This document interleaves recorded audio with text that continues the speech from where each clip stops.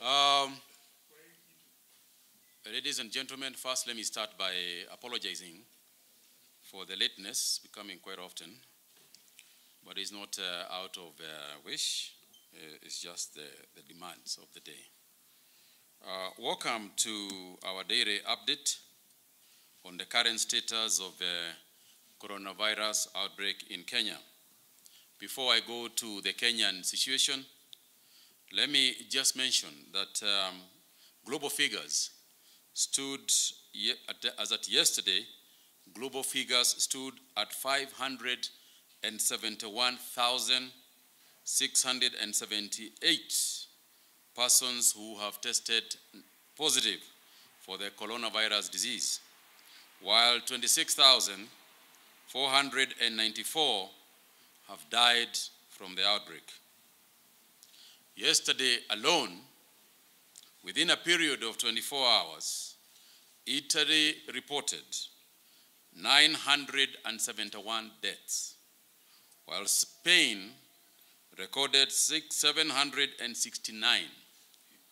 The United States recorded a total of 16,894 new cases, with 252 deaths in a period of 24 hours. This scenario reflects the possible outcomes that we are likely to face if we are complacent with the measures that the government has put in place.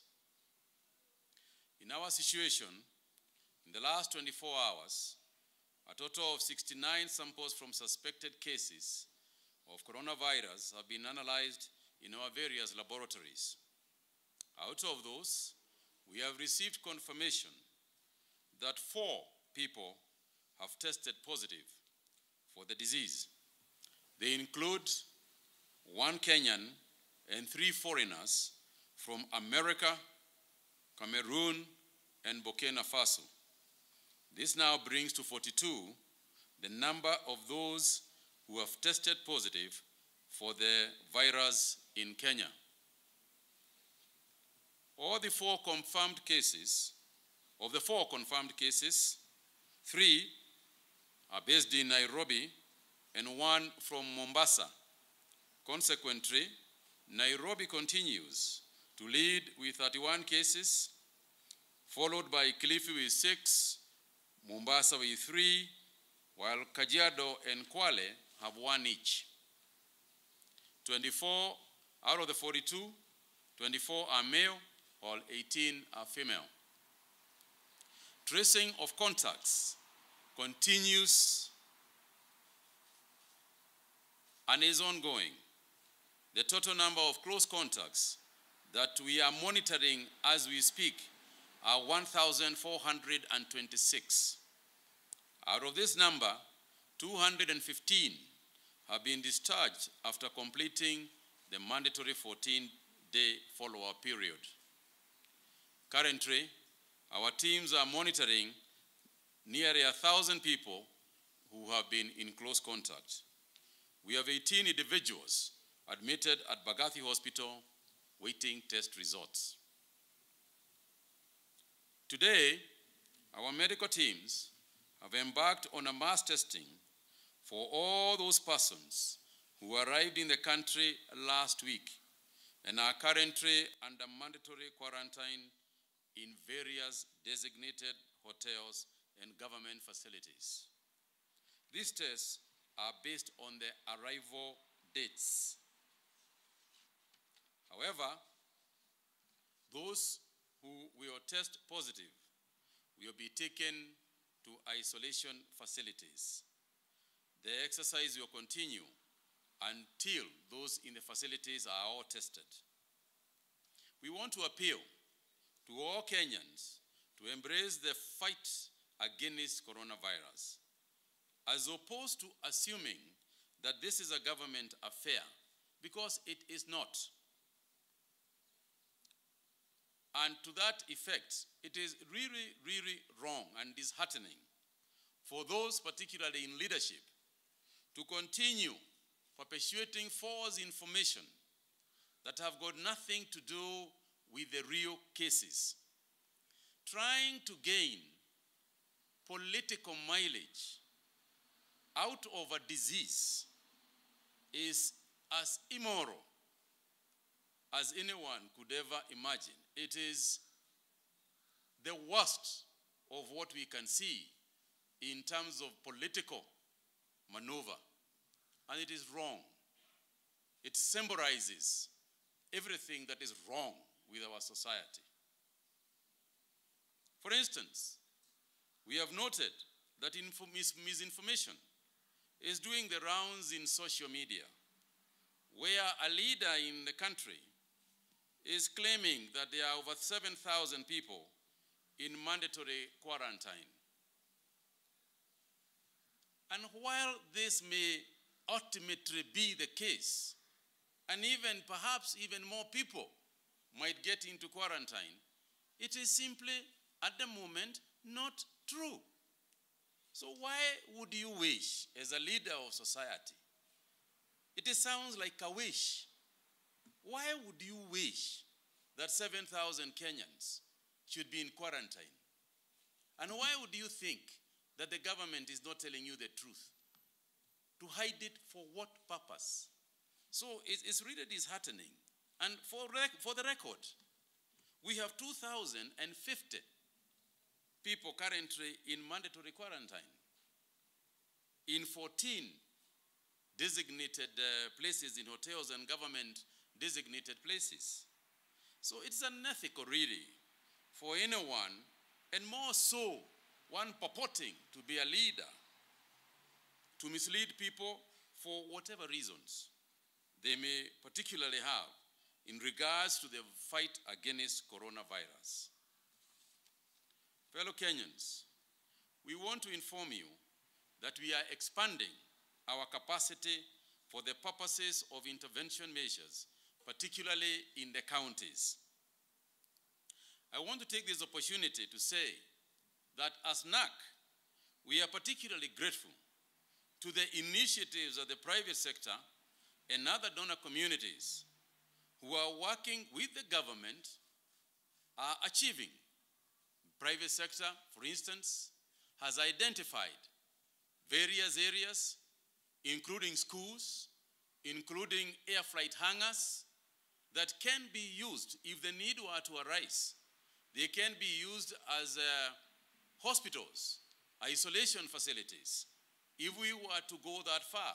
And let me make it clear that there is no country on earth that has managed to contain this disease on its own just existing health facilities. So we know that going forward, it is indeed very likely that our health facilities can and could be overrun by just the demands. And this is why we are saying this is not a government issue alone. The protection of each individual's life, the protection against this disease is an individual responsibility as it is a community responsibility. And what we are asking our community, the business community, the religious community, everybody, is let us think ahead together. Let us ask ourselves realistically, if in other countries, if the British NHS, National Health Service in the UK, has already been overrun by the demands of the illness, even Italy it has happened, and even America is claiming that they don't have this and they don't have the other, and their health facilities have also been overrun. Isn't it realistic to imagine that it could also happen here? And criticizing the government at that point is just adding insult to injury to Kenyans. It is at that point that we as a nation should do what we have always done in times of extreme testing and in times of extreme challenges. We have always come together in our communities, in our villages, and done what needs to be done. In this particular case, we need to be looking as communities, in your villages, What are the secondary schools, particularly boarding secondary schools, that we can begin to identify as potential areas where we can keep the sick if the situation overruns? We ought to be identifying what sort of Nyubakumi initiatives should we have. If that happens, there will be no need to cry wolf and to start blaming the government at that point, because it will be late. We need to think about owning this process as a government, as a community, and as Kenyans. Let us appreciate this is a Kenyan's issue, and every Kenyan should be on board to try and resolve the problem long before it becomes a menace to the rest of us and to all of us.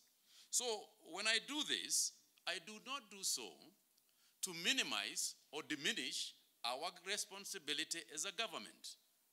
I do so as a clarion call for us as Kenyans to be ready for any eventuality. We have always done that in times challenged, such as this that we expect. At the same time, I want to urge employers, as I did yesterday, to kindly release their employees in time to be able to meet the curfew time of 7 p.m. If they do not want to allow their employees to leave on time, then they should prepare accommodation for them.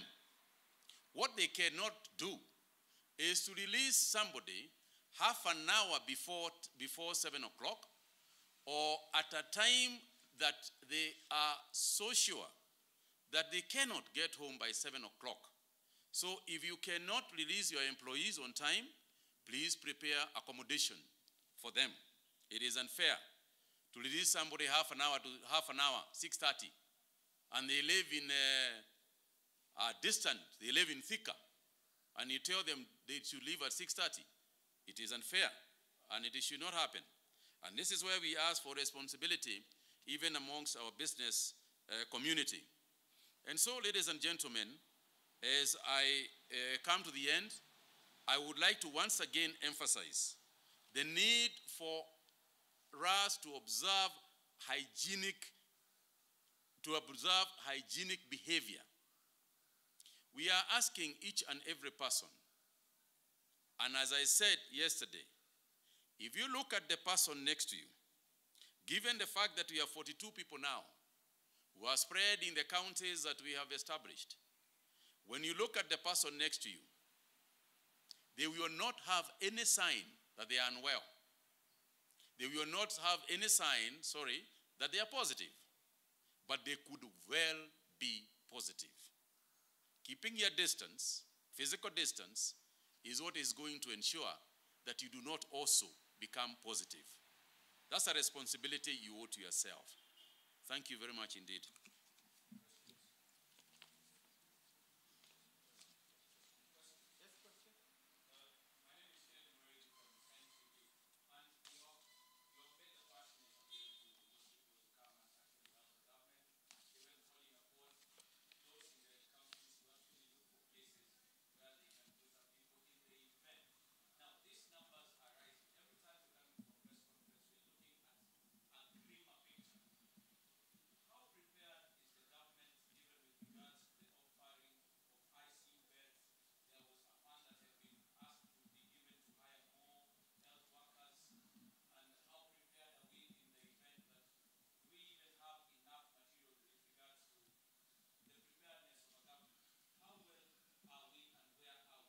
Okay, thank you very much.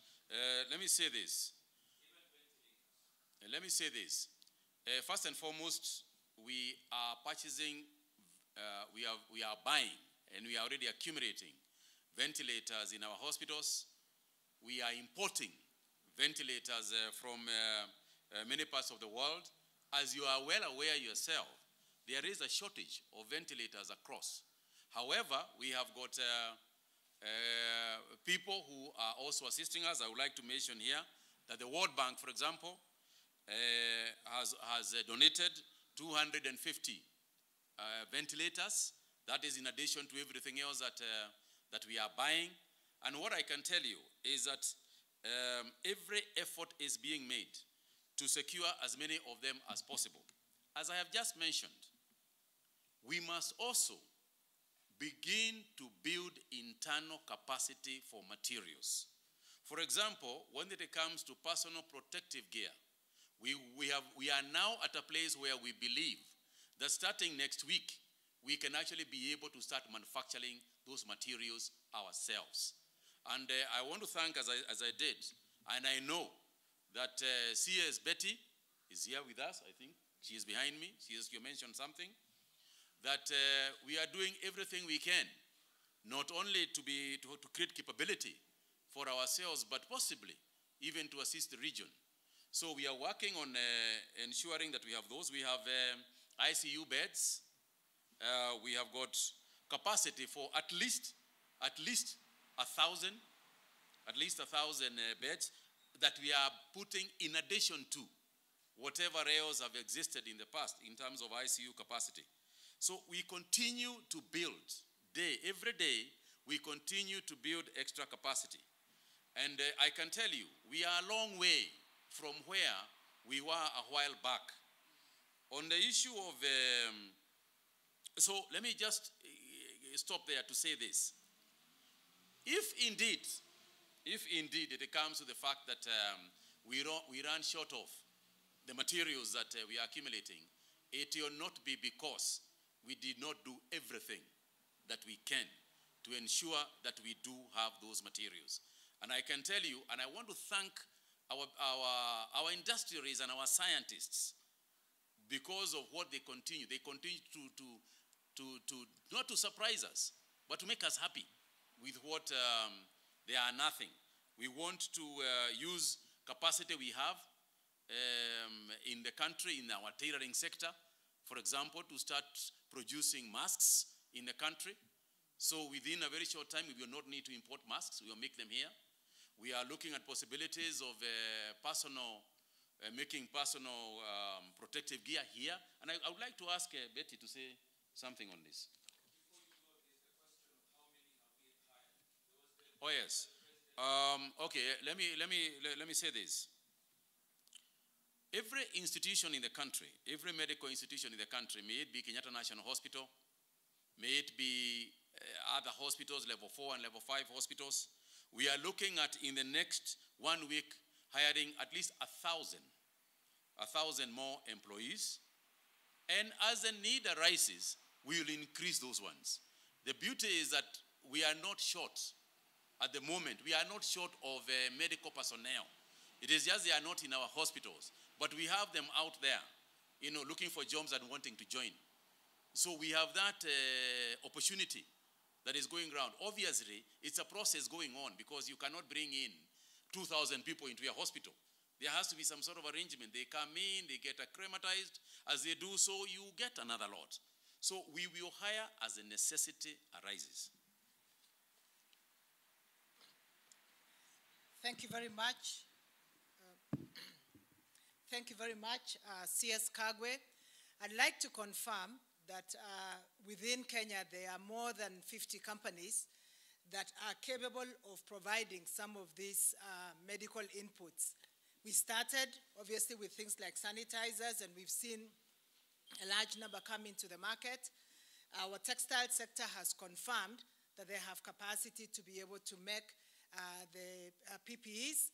And we're in conversations also with our motor sector to see if they can also make some of these ventilators. They've not had to do it in the past, but they have that capacity. So we are confident, working also with our scientists and our engineers, that we can build greater capacity to be able to supply these goods within the country. Thank you very much.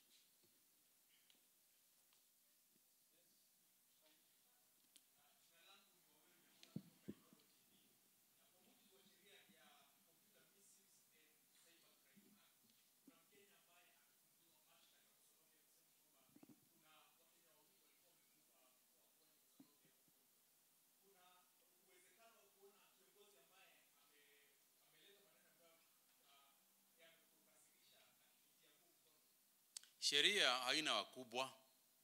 Sheria haijui mkubwa ama mdogo. Ukiwa umevunja sheria, utashtakiwa. Lazima ushtakiwe. Sio mimi nasema. Sio mimi naamini ati yeye atashikwa. Ni vile sheria iko. Huwezi kuambia Wakenya uongo. Huwezi kusema uongo. Sana sana kulingana na vile tunaona, wewe uanze kuambia watu ati iko wagonjwa wengi kuliko wale tuko nao. Alafu unafikiria hiyo maneno itaenda tu hivyo hivyo. Sasa tukiruhusu watu wafanye hivyo, jameni, si wengine wataanza kusema watu 40 ama 60 wamekufa. Kwa hivyo ukiruhusu mtu mmoja, uruhusu wote. Ukishika mmoja, ushike wote.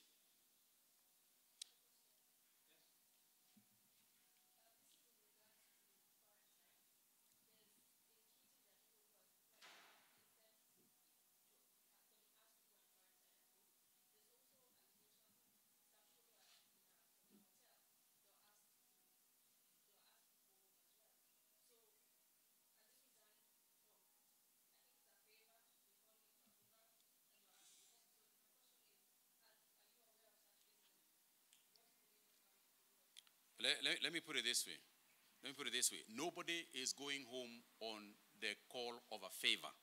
Let me first of all stop that. No, because I have got, as I said yesterday, if I'm going to give a favor, why would I leave my sister's child in quarantine? You know, that's the first one I would start with. So I've got friends of mine who have got their children in there, in quarantine. And the point I have made is this. It is a good thing when your child is in quarantine or your friend is in quarantine. It's a good thing because you don't know whether they have it or not. And for us parents, when your child is in quarantine and you bring them to your house, what you are doing is exposing yourself, because given the statistics, they may very well live, but you may very well die.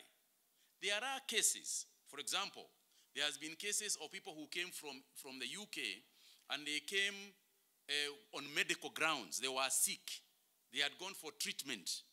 So, and the doctors, and we have said if a doctor can come and show that this is my patient, I am prepared to go and treat them and quarantine them in their own place or their own homes, we have no issue with that. Because also, the last thing that we want is to detain a sick patient where they are not reachable by their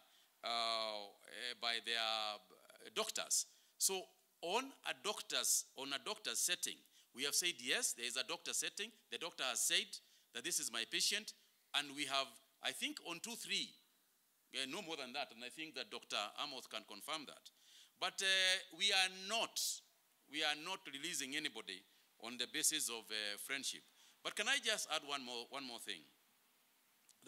And that is the reason why we would never do that. We have an opportunity to break the cycle and not to reach the point that I was describing earlier. You know, a situation where we have got mass sickness. We have an opportunity. And this is what I want to emphasize on. Let us take advantage of this opportunity. Let's break this cycle.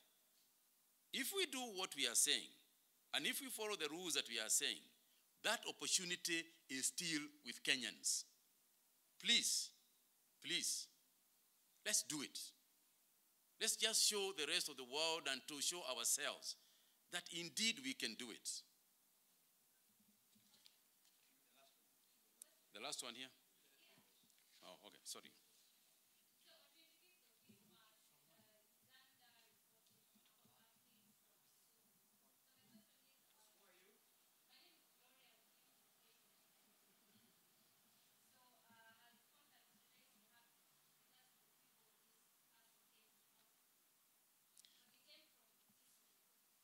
There is not a single person who has been reported infected in Kenya or otherwise whose contacts we are not following. We are not just following the contacts. In some cases, we are even following the contacts of the contacts. You know, so We are not leaving any stone unturned in this fight. And I can say, and I thank Safaricom because they are also assisting us with ensuring that even where people are, we can still be able, even after release, we can still be able to talk to them and to follow them and to know what locations they are, because that is very important for us to protect them. Finally,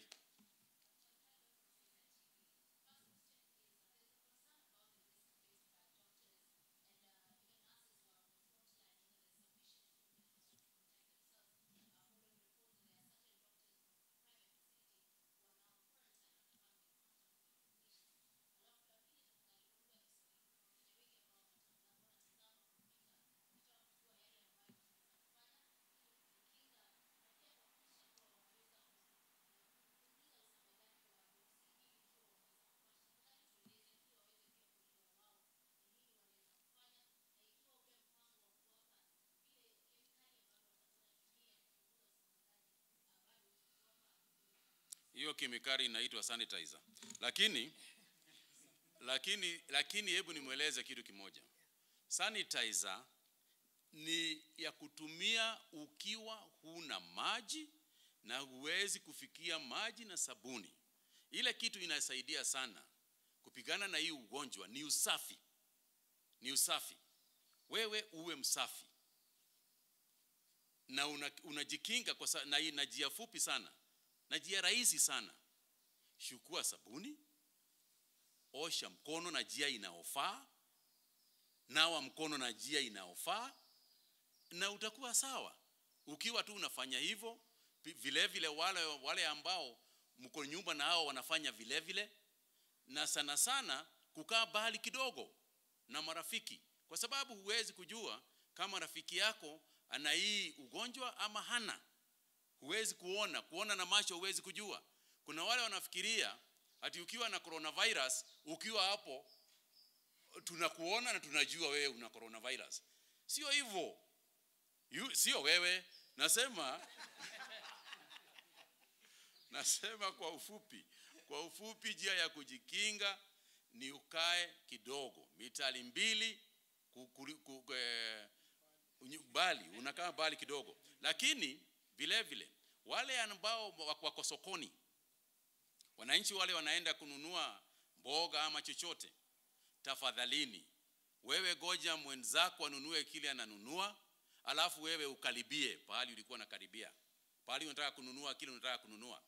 Lakini ile mambo inaharibu ni kusukumana, watu wanashikana, wengine hawajaelewa ati hii maneno tunayo sio maneno rahisi, na ni lazima kila mtu anajichunga yeye mwenyewe. Usigoje serikali ikushunge, jishunge wewe mwenyewe, kwa sababu wewe na yule mwingine ndio serikali na ndio Kenya. Kwa hivyo hii maneno si ya serikali pekee, hii ni maneno ambao lazima tushikane pamoja, lazima tuungane pamoja. Lazima watu wakiwa nyumbani, watu wakiwa nyumba 10, watu wakiwa katika familia, ni lazima zote tunafanya kazi pamoja, na ni lazima zote tunasaidiana pamoja. Vile vile ningetaka kusihi wale ambao wako viongozi, tafadhalini msije mkalete mzaha na mambo ambayo ni mangumu na ni mambo ambayo inaleta shida katika nchi yetu ya Kenya. Kwa hivyo ukiwa mwanasiasa, kama mimi ni mwanasiasa, tafadhalini sisi wanasiasa kwa wakati huu washeni tuweke usiasa upande, tuwashie madaktari wasungumze habari ya hii ugonjwa, hii virusi, kwa sababu wewe sio daktari. Kama daktari hazungumuzi siasa, na wewe usizungumze mambo ya wadaktari, tafadhalini. As far as doctors are concerned, vile vile tunataka kuchunga sana maisha ya madaktari na wale ambao wanafanya kazi katika hii sekta ya health, kwa sababu hao ndio askari wetu wa mstari wa mbele, na wakiwa wagonjwa basi sisi tunafanya nini? Tutachungwa na nani? Kwa hivyo, we are ensuring at every point, and that's why when the CS for Trade was talking here, she emphasized our capacity now to be able to make our PPEs. Because once we can make our own PPEs, then you can be sure that we will cover 100% of our health workers. And so far, we've been lucky. We have heard how in other countries, a lot of their nurses and doctors have tested positive. We are lucky. In that sense, it has not happened in Kenya yet, and we hope it stays that way. And the way to make it stay that way is to make sure that we have got sufficient protective gear, and we will do everything within our powers. And we continue to thank them. Those working in laboratories, those working in the wards, those doctors who are on call perpetually, everybody who is in every other sector in the health industry. And I want to thank the security operators, because the reports we are getting is that yesterday they were very helpful to those in the health sector who are traveling at night and going elsewhere for their duties. Let's continue that way. But fellow Kenyans, let us work together to see whether we can break this cycle and save Kenyans. Thank you all very much.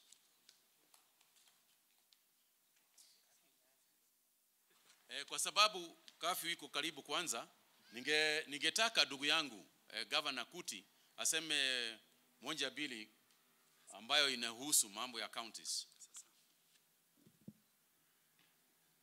Asante sana. Nitasema kwa Kiswahili na kwa kifupi sana ya kwamba nashukuru vile governors wamechukua uongozi na kuhakikisha ya kwamba counties zinajitayarisha kwa haya mambo ambaye ingawa tunaomba Mungu yasitufikie, pia tunajitayarisha iwapo ikifika tuwe tayari.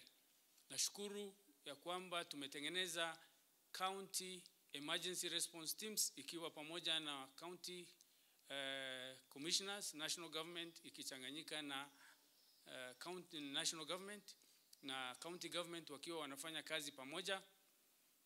Leo mumesikia umuhimu ya kufanya kazi pamoja, serikali, wananchi, viongozi wa dini, viongozi wa siasa, ili tuweze sisi wote katika kila county tushiriki, tukae pamoja na tuone ni namna gani tutashinda hii ugonjwa.